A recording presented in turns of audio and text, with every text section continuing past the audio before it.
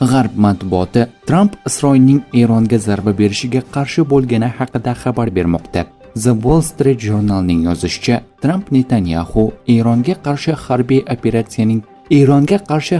operatsiyani keyinga qoldirishga ko'ndirishga uringan. AQSh rasmiylariga ko'ra, 9-iyun kuni Tramp Netanyahu bilan suhbatda Tehron bilan diplomatik sa'y-harakatlar yana biroz davom etishini istashini aytgan.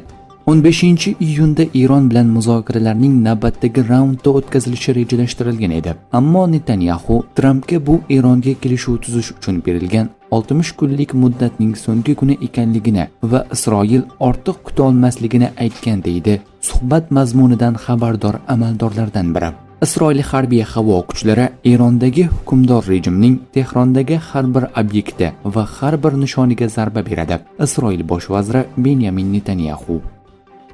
Eron raketalarining 25% Isroil havo hujumidan mudofaa tizimlari tomonidan to'xtatib qolinmagan. The Times of Israel ma'lumotlarga ko'ra, Eron o'tgan kechada bergan Isroilga bir necha bosqichda 200 ga yaqin ballistik raketa uchirgan. Raketalarning aksariyati havo hujumidan mudofaa tizimlari tomonidan urib tushirilgan.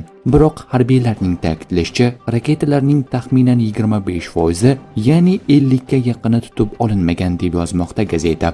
Shu bilan birga Isroil armiyasi mazkur raketalar muhim infratuzilma, shuningdek harbiy bazalarga zarar yetkazmaganini da'vo qilmoqda. So'nggi ma'lumotlarga ko'ra, Eronning raketa zarbalari oqibatida 4 nafar isroillik halok bo'lgan, 70 ga yaqin odam yaralangan.